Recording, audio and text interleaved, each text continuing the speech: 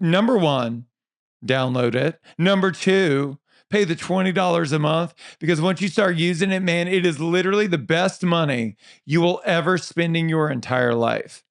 It is like the difference between hiring like a 17-year-old kid to work for you and hiring like a veteran, an expert in the field.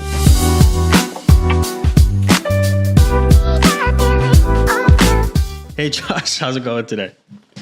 I'm so good. Excited to be here. So you've been on the show before, back when we were the Restaurant Growth Podcast. We're now the Pre-Chef. It's been a long time. You're our first repeat guest, which I'm very excited about. And I think it was 2022 that you joined us for the first time. So for folks that didn't listen to that one, tell me a little bit about yourself, and also let's catch up and let me know what you've been up to for the past year or two. So, I mean, I guess first and foremost, I am a restaurateur. I operated other places, but for more than 20 years, I owned and operated restaurants and hospitality concepts in multiple tiers of dining in Los Angeles, which I think we can all agree is probably one of the most competitive dining markets in the world. When the pandemic hit, I sold my restaurant group and I decided to wander, right? To put on some flip-flops and try and figure things out. Out of that wandering and discovery came the Full Comp podcast, which 500 episodes in. And that's when I figured out that the reason I did well in the restaurant industry is not because I am a world-class restaurateur, probably an above average restaurateur, but I am a world-class marketer. And so I was able to use the skills that I had honed across multiple tiers of dining to start a podcast, which today gets more than 1 million downloads a month. Marketing works. Out of that came a coaching and consulting practice, because when I spoke, I said things that people thought were not stupid. Some of them were even interesting. And people began to reach out about my ideas. So I took a course. And the reason I did was because I'm a nerd and I want to dive deeply into things. And so if I was going to get into coaching and consulting, I wanted to learn from the best coaches and consultants in the world, because it's not about what you know. It's like, how do you codify it in a way that it is actionable information for the people that are listening? I launched a program to what was a big audience. And today I feel fortunate in that, I own and operate one of the largest media assets in our industry. And I have one of the largest coaching and consulting businesses in our industry as well. Amazing. So you've grown your coaching and consulting business since we've last chatted. I mean, dozens and dozens and dozens and dozens of podcast episodes since. I'm curious what you've learned in the past couple of years. We chatted the first time about profits and maximizing capacity. And, you talked about how every restaurateur is leaving, 10, 15 grand a month just on the table. They can make that back, or they can find ways to make that and build that revenue stream with what the tools they already have. I'm curious where you feel and what has changed in the past couple of years. Do you still feel that way? I guess is my first question. Yes, I do. Here's what's changed in the last couple of years. Everything is about context. It's about aperture. What do you see? If I am a world-class restaurateur and coach today, it is not because I was that when I was a restaurateur myself. It's because of sample size. DJ, I've run 200 people through my program. I've got 500 plus interviews under my belt. So it's just, I've tried a lot more things than most people in the industry. My scope as a restaurateur was limited to what I could achieve across 3 concepts in one city. But now I've been able to experiment globally. And so it's not that I think people aren't leaving money on the table. It's that I found way more money that people are leaving on the table, to the degree that, I actually built out every month. I do this 5-day challenge, and it's like a free 5-day challenge for 1 hour a day, 5 days a week. I run restaurant owners and operators through literally the program that I sell, because I believe that in order to be top of market, whether you are a restaurant or a consultant, you've got to outgive. And so simply by sharing what I learn, I'm improving the industry.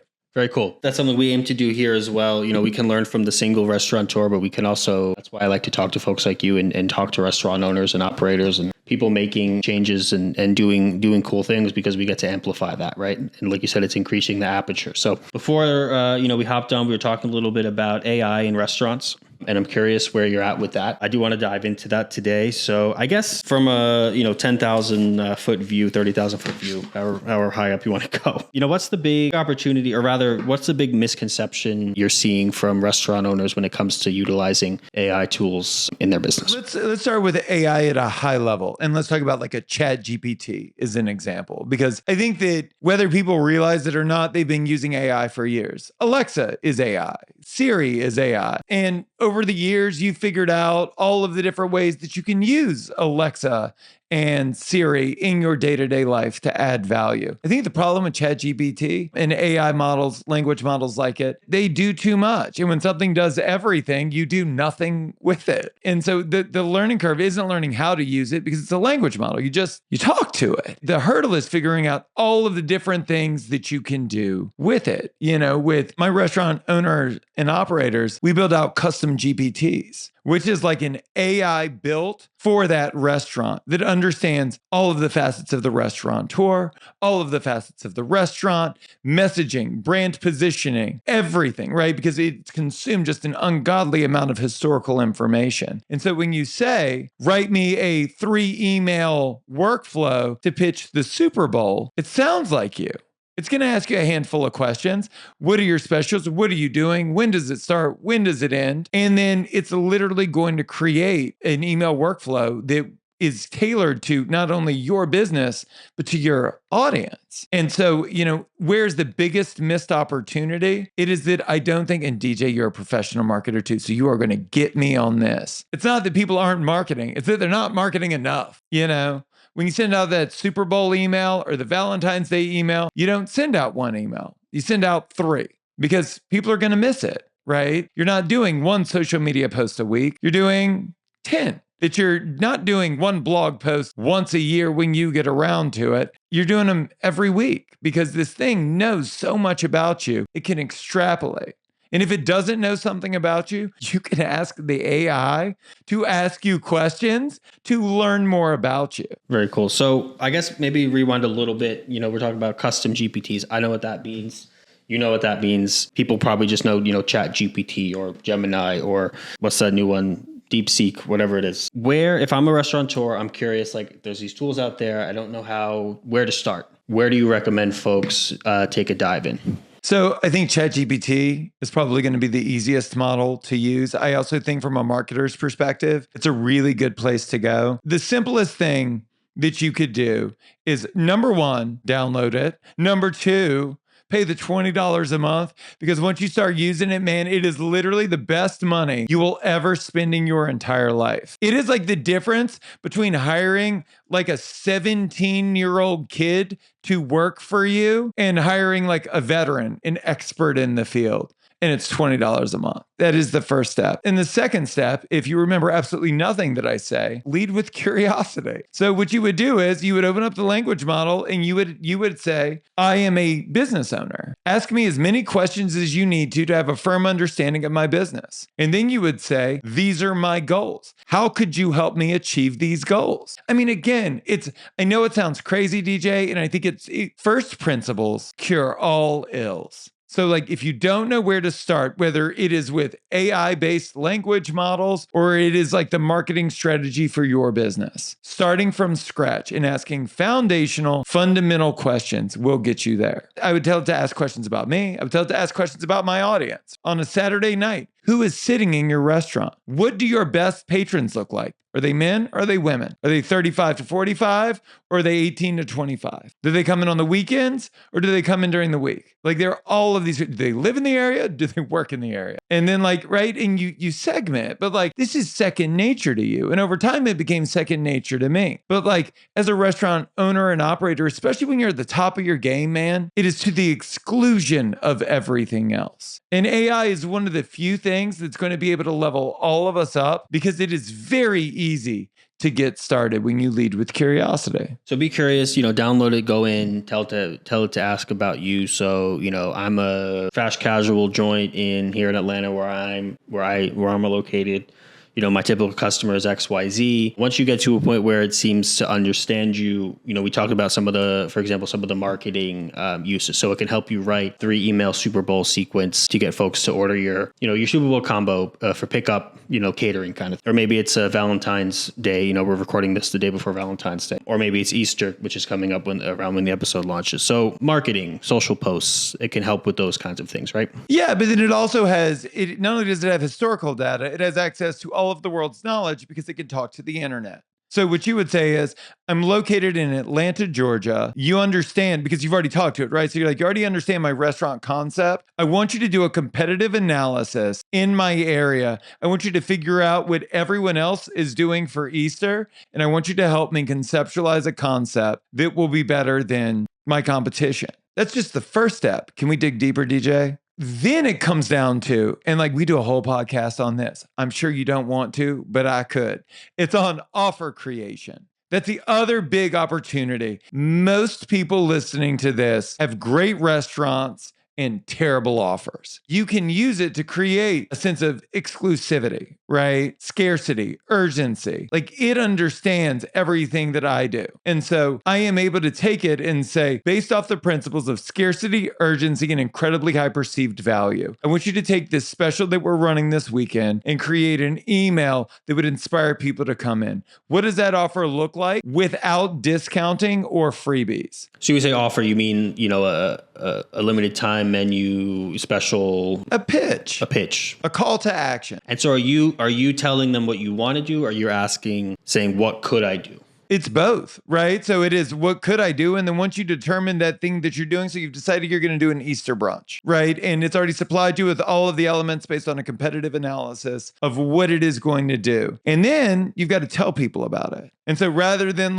going rogue with all of our no marketing experience, we use the GPT and say, all right, understanding my brand voice, and understanding my audience. Take this idea that we just came up with and create an offer that will convert at a high level. Your offer is worth very, very little if nobody opens the email. So you would say, give me 10 options for a subject line, optimized for high open rate and high click-through rate. Restructure this email in a way that's going to increase the click-through rate. Give me 8 samples of calls to action that you believe will have a high click-through rate, and then we'll pepper them in throughout the email. It's just taking everything that you're already doing that is bad to mediocre at best and making it best in class, and learning how to work with AI and through AI in order to get this done better. There's definitely a lot there. And it seems like the big focus, at least, as we're talking now, is bringing more people in the door.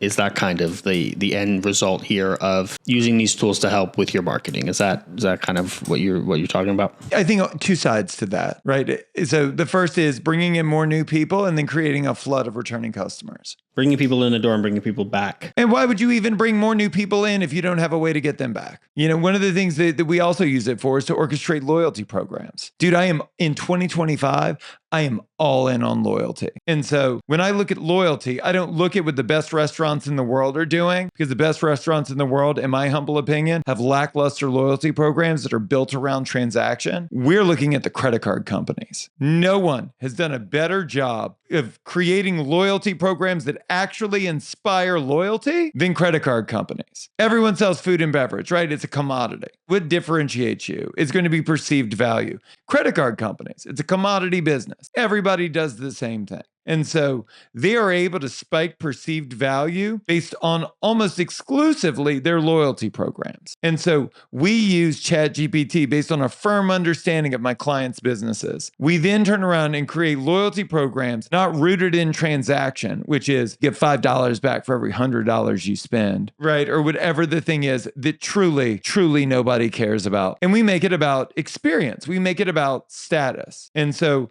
we work with the AI to create these experience-based tiers and benefits that are available only to them. So you'll feed it, about the brand, about the business, about the offerings, all this historical data, and you'll kind of look around what's in the area and you'll use it to create, for example, I'm here in Atlanta, I'm a Chick-fil-A fan. I have my Chick-fil-A app and I have the different tiers, right? There's like red tier, silver tier, blue tier, whatever. So you're using AI to help measure a restaurant against competitors, against the rest of the world, and help come up with a framework for how they can reward their customers and entice them back.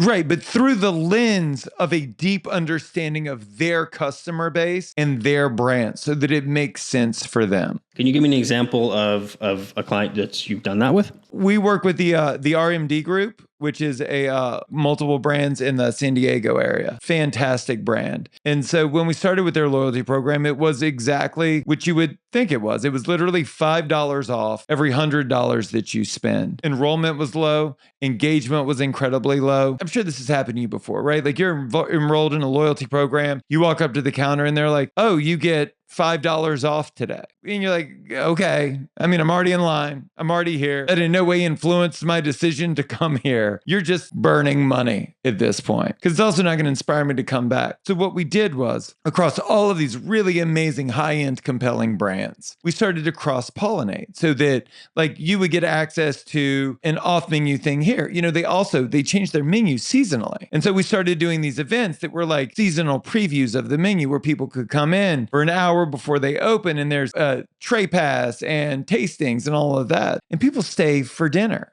I mean, it's not like it's a net negative. It's always a net positive. They're bringing friends, so they're exposing people to it. They have a chef at home experience that you can't buy. You can only earn. They have liquor lockers. So like you can buy a high-end bottle of booze that they'll store for you with your name on it. And then when you come in, you know, you obviously tip on it, but all of your cocktails are free because you've already bought the bottle at a premium rate. And like these things cost the RMD Group nothing. Like these people are paying not only to be a part of the loyalty program and to generate more points through more spending so that they can then in turn spend more money to get exclusive access to things that otherwise they wouldn't have the opportunity to buy. Exactly. So yeah, I'm just thinking about it like in concept. A restaurant knows I've been there 5 times in the past 6 months. They say, we've got a new menu. You know, you're a loyal customer. We'd love to invite you to come by at 5 o'clock and try some of our new menu items on us, you know, members only kind of thing, whatever. These are all wonderful ideas. And then the language learning models and the GPTs are just helping you refine those based on what you're offering. Is that kind of just helping you come up with ideas? It is, in refine the ideas and refine the messaging. You know, the hardest part about being a restaurateur is that when you work on such slim margins, you are obligated to be great, world-class. It's so many things. And so many of those things fall outside of your scope of interest and your circle of genius. And that's the opportunity that ChatGPT gives you, or any one of the language models, is the opportunity to work with someone much smarter than you to help amplify the things that you are already doing or the things that you aspire to do. One of the things that, and I know you know this as a professional marketer, when we start working with someone, we don't add to their marketing. It's not like they end up with a bigger menu or, you know, more events every year. Like you're whittling away, you're chiseling out everything that is noise to get down to the truest reasons why people love this business. That is the opportunity that ChatGPT gives you. It's working with the AI model. You're able to whittle down to the purest, most compelling version of your business. It's interesting. And as I think and kind of just ruminated in my brain, right? It's like, I like the example of the, you know, spring menu, you know, tray pass. If I'm a restaurant owner, I can organize a tray pass in my sleep. It's simple, hors d'oeuvres, you know, bites. That's easy to me. To get people to come to it, to filter the right guests to invite, that might not be in my wheelhouse. So it's kind of enabling that, if you will. It's amplification. It is who you are, who you aspire to be, covering any gaps that exist there, all at the same time.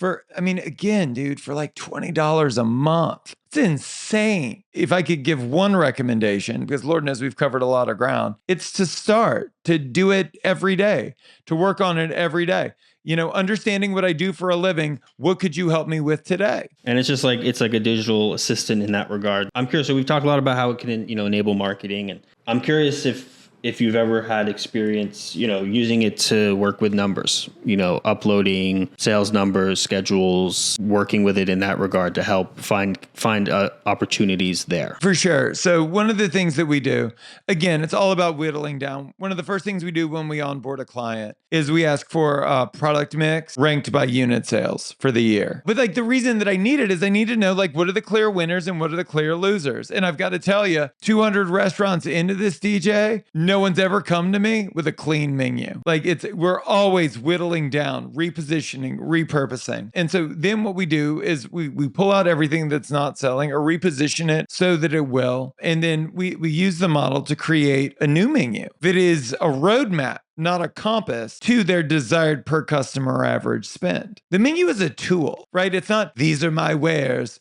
choose your adventure.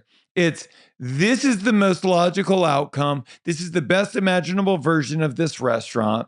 This is how you get there. There's so much to dig into. And I think I want to explore those things. And I think we've done a good job of that, but I also don't want to overwhelm folks and be like, well, I'm just more confused than I was. I think when you come and say, you know, be curious, pay the $20 a month, try it out, start telling it about yourself, asking it questions, you know, give me ideas to help me boost sales, you know, for Easter brunch, and give me some email subject lines to get people in the door. And small things like that seem to be the best way to start. Right. What copy do I need on my website to increase the conversion rate? Like, drop the link to your website and say, critically evaluate this and help me optimize it for conversion. I interviewed Adam, the founder of owner.com, and he was the one that told me the statistic, which I looked up and was true and is very sobering, that the conversion rate, eyeballs to butts in seats on a restaurant's website, is 10%. 9 out of every 10 people that go to your restaurant's website statistically say, nah, no thanks, I'm not into it.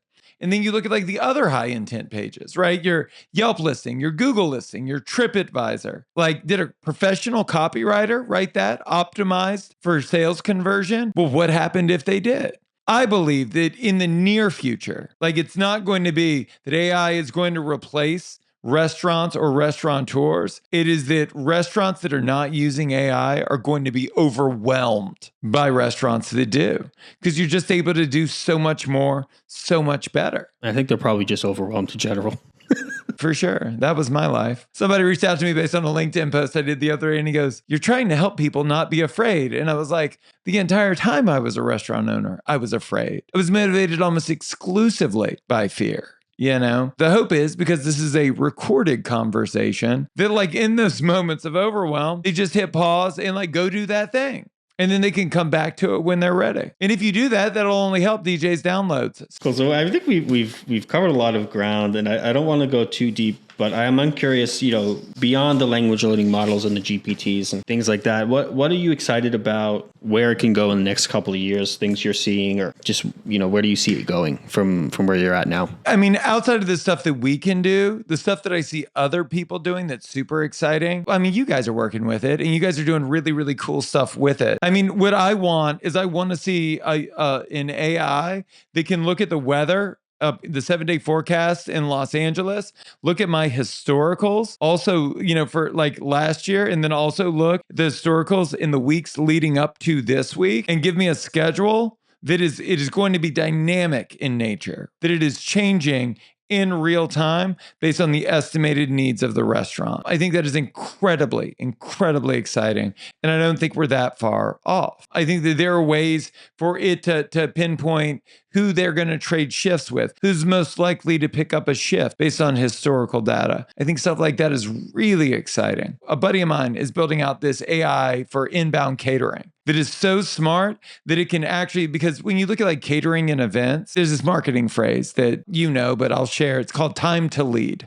Time to lead is everything. When people make an event inquiry or a catering inquiry at your restaurant, you think, oh, they want to book with me. But no, they just want to book. And you are one of 10 calls they made, and they're not going to book with the best. They're going to book with the person that calls them back first. And so what you're going to see is you're going to see both phone and chat AI agents that are able to successfully sell your catering and events offering as good or better than a human. I think that's down the pike. I don't think it's as far away as we think. Dynamic pricing, I think, is going to be critical in the future. Is that you look at the whole tariff situation that's going on right now. And I have a bunch of clients in Canada, and they're like, oh my God, like the cost of goods has already started to skyrocket. And how nice would it be if the point of sale system was able to look at the inputs from Margin Edge or Mies and say, yo, the price of this went up. We need to adjust the pricing accordingly. So the restaurants are always at a flat profit margin, because that's where we want to be. If you're trying to hit 18%, like we are a couple of years away from you being able to upload your invoices, upload your menu, upload your labor, and it will tell you how your menu should be priced and adjust it based on these variables moving forward. Yeah, and I think a lot of those tools exist just without the smart aspect of it. In 7 Shifts, we do have historical data, we do have weather reports, but it is up to the restaurateur to look at that information and make the decision themselves, right? They know they're coming in that their avocados are more expensive than they are, so they have to then go make the decision. Say, well, I'm going to go into my menu and I'm going to raise the price of the guacamole. These tools will enable them to not have to think about it, essentially, and just give them a leg up in terms of speed and time is effectively the idea. Let's go back to your original thesis that was not wrong. I believe that the greatest hurdle in our industry is not a lack of knowledge. It's overwhelm. Knowledge is everywhere. And so, if we are coming out of an era, we are coming out of the era of data, big data everywhere, spreadsheets for days. Let me show you a new dashboard that you can look at. And we are moving into the era of actionable information. People don't need more information. They need actionable information. And at some point, and who can afford this today, which is, I think, one of the most exciting things about AI, is the interpretation of that data, actionable data. You need to cut these people. Press this button if you would like me to cut them for you. I think you're going to see all kinds of stuff like that. I don't think it's ever going to be Amazon-esque in the way that robots are ushering line cooks up and down the line and telling them they need to chop faster. But I do think that what you are seeing is the opportunity, and it starts in marketing, as all great things do, the opportunity for great people to retain their jobs by making more money, by amplifying their efforts. And that makes sense. And I think that there's a lot of conversation about, we've written about this too. Before you said it's going from the data overwhelmed to just actionable data. And I don't think this changes the idea that technology will make restaurants less human. It'll just enable people to actually just be the hospitable people they want to be, but, remove a lot of this. And I think that the AI and the tools that we're talking about today will just continue to enable the human element to be more present rather than in the back office making all these decisions and being overwhelmed with spreadsheets. You can actually be on the floor with your guests. In my darkest moments, in the hardest eras of my life and my career as a restaurant owner, I just wanted someone to tell me what to do. I just wanted a clear path forward. I wanted help when I most definitely could not afford it. And I think that the opportunity here is that, there's so many people on this call that understand today that marketing is a priority. They don't even know how to clearly define marketing. And even if they did clearly define it, they don't have the time or the bandwidth or the inclination or the talent to do it. And they can't afford to hire people to do it. That is the great paradox of our industry. Right. And this is, at least in these early salad days, this is a huge step in the right direction. As we come in time, I guess I'm just curious. We have kind of just the general advice. I guess I'm just curious, next steps and then maybe some other resources that you would recommend for folks. You said obviously download the app, check it out, play with it, but where do you look for inspiration and just other places to really just find ideas, I guess? I think it starts with the language models. If it was me, I would be subscribing to everybody's newsletter. I would subscribe to the 7 Shifts newsletter and the Triple Seat newsletter, the Margin Edge newsletter, Me's newsletter. I want to know what everybody's working on. That's what I want to know. And then the other thing that I would do, you don't need to look at the tech industry to see what's going on in tech. I would argue that's actually a terrible place to start. I would look at comparable industries, right? What are product and service-based industries that are 5 years ahead of us? And what are they doing?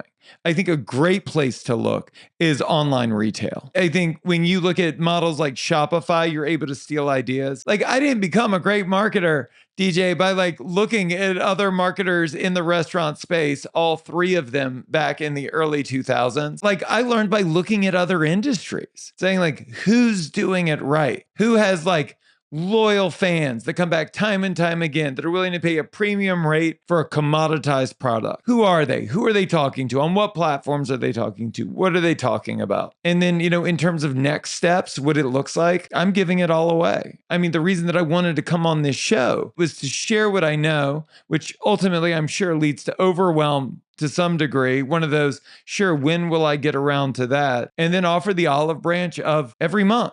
For 5 days, we can sit down together for 40 minutes a day.